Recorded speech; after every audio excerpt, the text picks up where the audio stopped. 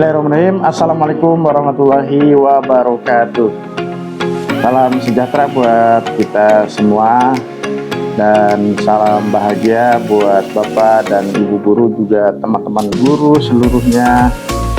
Semoga selalu diberikan kesehatan dan kekuatan di musim penghujan ini.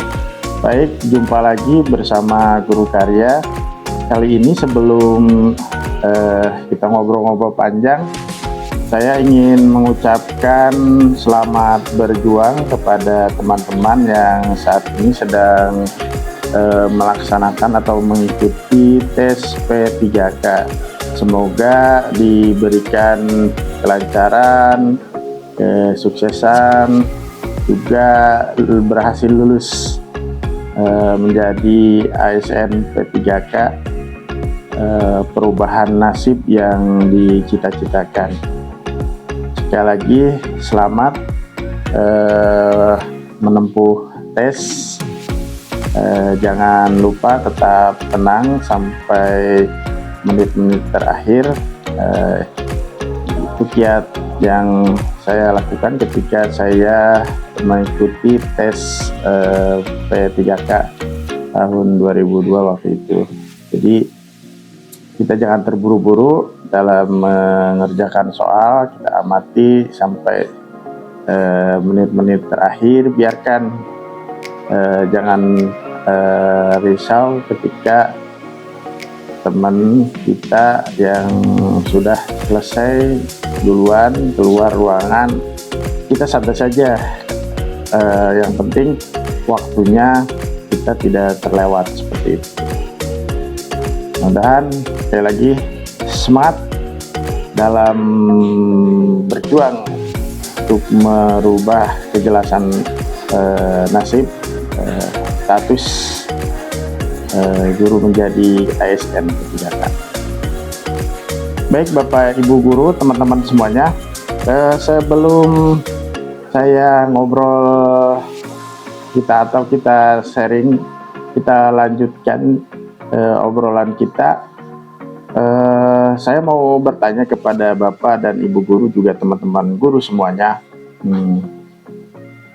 Coba apa yang melatar belakangi Bapak dan Ibu guru, teman-teman semuanya menjadi guru? Boleh tulis di kolom komentar ya. Apa sih yang menjadi motivasi Bapak dan Ibu guru, teman-teman guru masuk menjadi guru di dunia pendidikan seperti itu? Kalau saya sendiri, kemarin kan saya di awal video sudah saya ulas bahwa saya tidak ada basic menjadi guru, karena memang latar belakang keluarga saya pun tidak ada seorang pun yang jadi guru. Jadi guru itu karena tadi saya masuk ke sekolah pesantren modern, yaitu pesantren pondok pesantren An-Najah. Di sana memang kami di pesantren itu ada mata pelajaran ta'lim muta'alim seperti itu. Bagaimana kiat-kiat metodologi pengajaran. Nah, setelah lulus itu ada kewajiban untuk mengabdi atau mengajar di sana. Nah, itulah yang melatar belakangi saya. 2 tahun di sekolah di situ juga ya, di SD IT An-Najah namanya. Cuman karena saya terangkan kesejahteraan saya waktu itu, dikasih honor 50.000, itu bertahan 2 tahun. Saya tergoda dengan teman-teman yang keluar lulus terus ngambil kerjaan di jadi karyawan atau di bidang usaha lain. Itu mereka gajinya besar ya, pendapatannya besar seperti itu tergoda. Saya akhirnya resign dari mengajar itu coba cari-cari peluang kerja di luar. Nah, zaman itu kalau karyawan itu kan UMR juga ya, waktu itu tahun 2002 lumayan besar ya. Tahun 2002 itu mereka sudah pada pegang HP. Kalau saya belum, itu belum pegang HP, HP Nokia waktu itu saya ingat itu. Kalau nongkrong itu pada ini apa pada ngeluarin HP begitu. Cuman HP dulu itu Nokia juga mahal banget ya. Yang layarnya blue screen itu saja hampir 900-an ya, 1 jutaan waktu itu. Sedangkan honor saya 50.000 mana cukup gitu kan. Nah, begitu. Nah, terdorong rasa ini ya, saya coba-coba cari di luar kerjaan. Melamar ke sana kemari, ternyata kan di perusahaan itu dibutuhkannya itu fresh graduate angkatan baru lah begitu. Akhirnya mentok-mentok saya diajak sama kakak ikut di ini ya, kakak kan jadi supir pabrik ya, di kawasan Pangkalan 4, Bantar Gebang, Bekasi. Saya ikut tuh jadi naikin. Kakak saya supirnya, saya ikut. Ayo di perusahaan itu eh, bawa ini kardus, bawa kardus. Ada bahan kardus, ada kardus yang udah kemasan, kita kirim-kirim ke kawasan-kawasan atau perusahaan atau PT-PT. Kita banyak jadi kenal kawasan-kawasan atau produk-produk yang ada di iklan, kita kirim tuh kemasannya, kardus kemasannya itu. Nah itu lumayan, ya sehari dapat 50.000 gitu. Tuh. Sedangkan di sekolah waktu itu 50.000 sebulan. Bayangkan, cuman emang enaknya bisa makan, dapat jatah makan, dapat tambahan penghasilan juga begitu. Nah, saya ikut di driver berapa ini ya, hampir 2 tahun ya.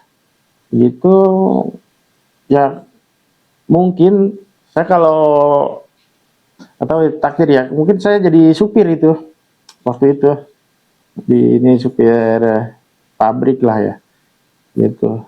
Tapi ternyata selama saya ikut-ikut di perusahaan itu eh, beda ya antara perusahaan dan di sekolah ya, antara di pabrik dan di sekolah itu jauh banget bedanya gitu ya. Di pabrik itu benar-benar saklek begitu. Aturannya, atasan kalau kerjaan kita nggak rapi atau apa, benar-benar sangat saklek gitu. Nah di situ saya rindu kembali ke kelas, rindu ke sekolah, seperti rindu anak-anak, bagaimana situasi di sekolah begitu tenang, enak. Akhirnya saya coba di sela-sela waktu libur itu saya konsultasi dengan ustadz-ustadz di pesantren saya, nyari inilah peluang-peluang untuk bisa kembali mengajar begitu. Saya ketemu dengan Abah Ansori Umar Sitanggal, itu Abah Kiai senior beliau itu ya. Nah, menyarankan saya, mengajak saya untuk ikut sama beliau. Sudah, antum diikut Abah aja katanya gitu. Ikut bantu-bantu di ini terjemah kitab-kitab.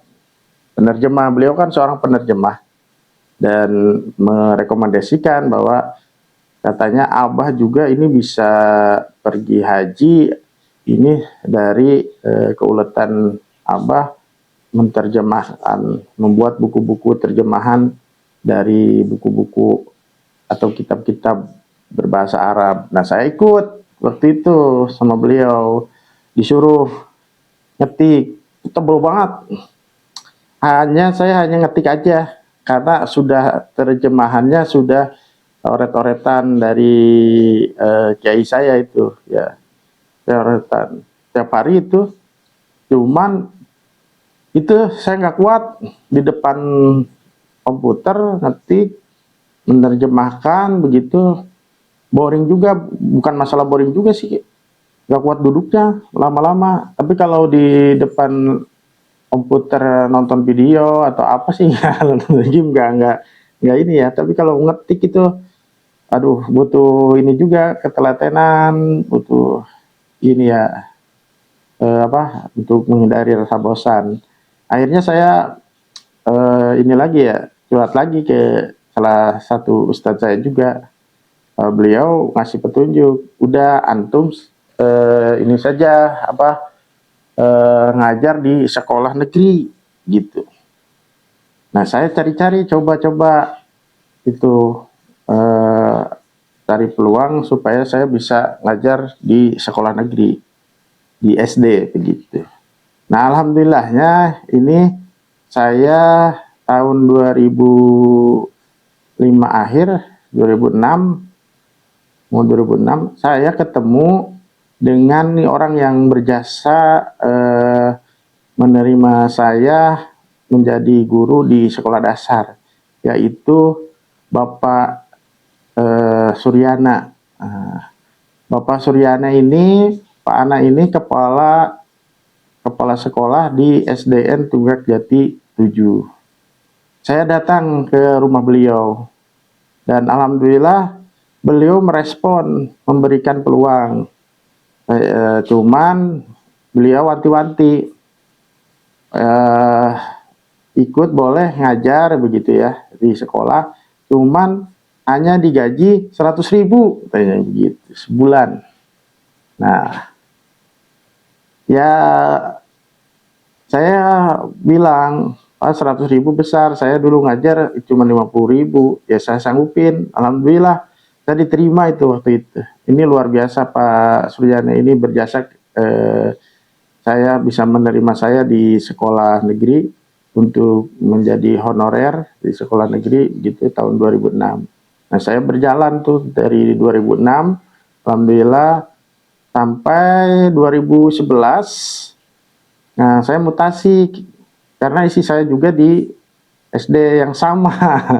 Jadi saya mutasi ke SD tetangga ya, sebelum SD Tunggak Jati 7, Tunggak Jati 6, saya ke Tunggak Jati 6. Nah, disitulah sampai saat ini tempat tugas saya begitu, dari menjadi honorer, terus diangkat P3K di situ di SD Tunggak Jati 6. Ini buat teman-teman, boleh dong share buat teman-teman. Pertama kali teman-teman jadi guru itu dikasih honor berapa? Boleh di kolom komentar ya. Itu ya namanya juga perjalanan ya. Cuman luar biasanya waktu itu memang honor nggak seberapa ya. Cuman berkahnya jadi guru ini yang saya nikmati sampai hari ini ya.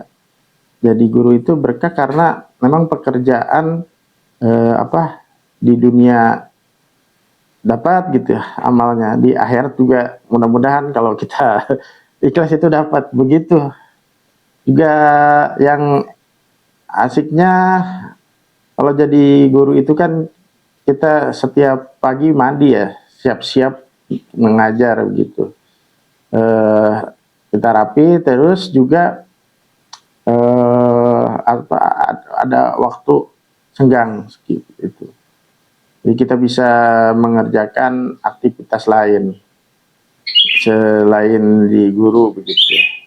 Saya pernah juga jadi ikut-ikut di desa, ikut-ikut di penyelenggara pemilu, yang sebagainya. Guru itu memang harus serba bisa seperti itu, dan kegiatan-kegiatan di masyarakat ya.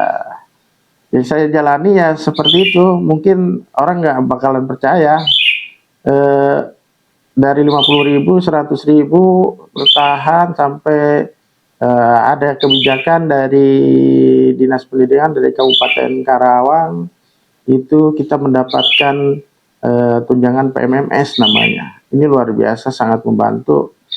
Terima kasih banyak kami ucapkan kepada pemerintah daerah Kabupaten Karawang, juga Dinas Pendidikan yang memberikan penghasilan tambahan tamsil ya, yang bisa membuat guru-guru honorer bertahan seperti itu. Walaupun itu pencairannya dirapel ya per 3 bulan. Inilah teman-teman, jadi berkahnya jadi guru secara logikanya, saya waktu jadi honor ke teman-teman suka sering bilang teman-teman, bahwa kita jangan malu teman-teman, bahwa kita kalau digolongkan dalam golongan garis kemiskinan, kita sebenarnya yang honor itu berada di bawah garis kemiskinan. Coba bayangkan, yang buruh saja, yang karyawan itu sering demo ya, padahal gajinya sudah UMR, pengen naik terus. Bayangkan guru, ada yang 100, 200, 300, 500 ribu, ya 700 ribu sebulan. Bayangkan teman-teman. Tapi itu berkahnya, belum ada kasus guru honorer kelaparan. Itu berkah itu. Ini yang saya tekuni, ya, yang saya sabar. Ayo kita jalankan aktivitas ini, guru min haitsu la yahtasib. Rezeki itu akan datang dari sumber-sumber mana saja. Nah, kita yakinkan buat teman-teman yang masih menjalani guru menjadi honorer, jangan putus asa, tetap semangat begitu. Nanti juga kita akan menemukan pada saatnya tadi kejelasan nasib, kejelasan status, insya Allah kalau kita tetap sabar seperti itu. Barangkali itu saja tambahan dari saya ya di kesempatan yang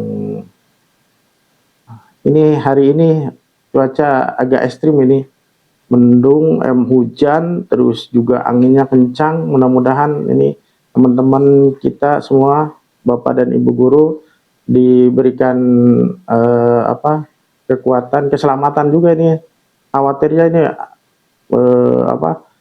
anginnya kencang nih badai. Mudah-mudahan bulan Desember ya biasanya banyak bencana banjir di mana-mana. Mudah-mudahan kita semuanya senantiasa diberikan keselamatan dan terhindar dari bencana. Itu saja yang bisa saya sampaikan. Terima kasih banyak atas segala perhatian. Mohon maaf atas segala kekurangan. Saya tutup ya. Nanti kita lanjut lagi. Terima kasih. Assalamualaikum warahmatullahi wabarakatuh.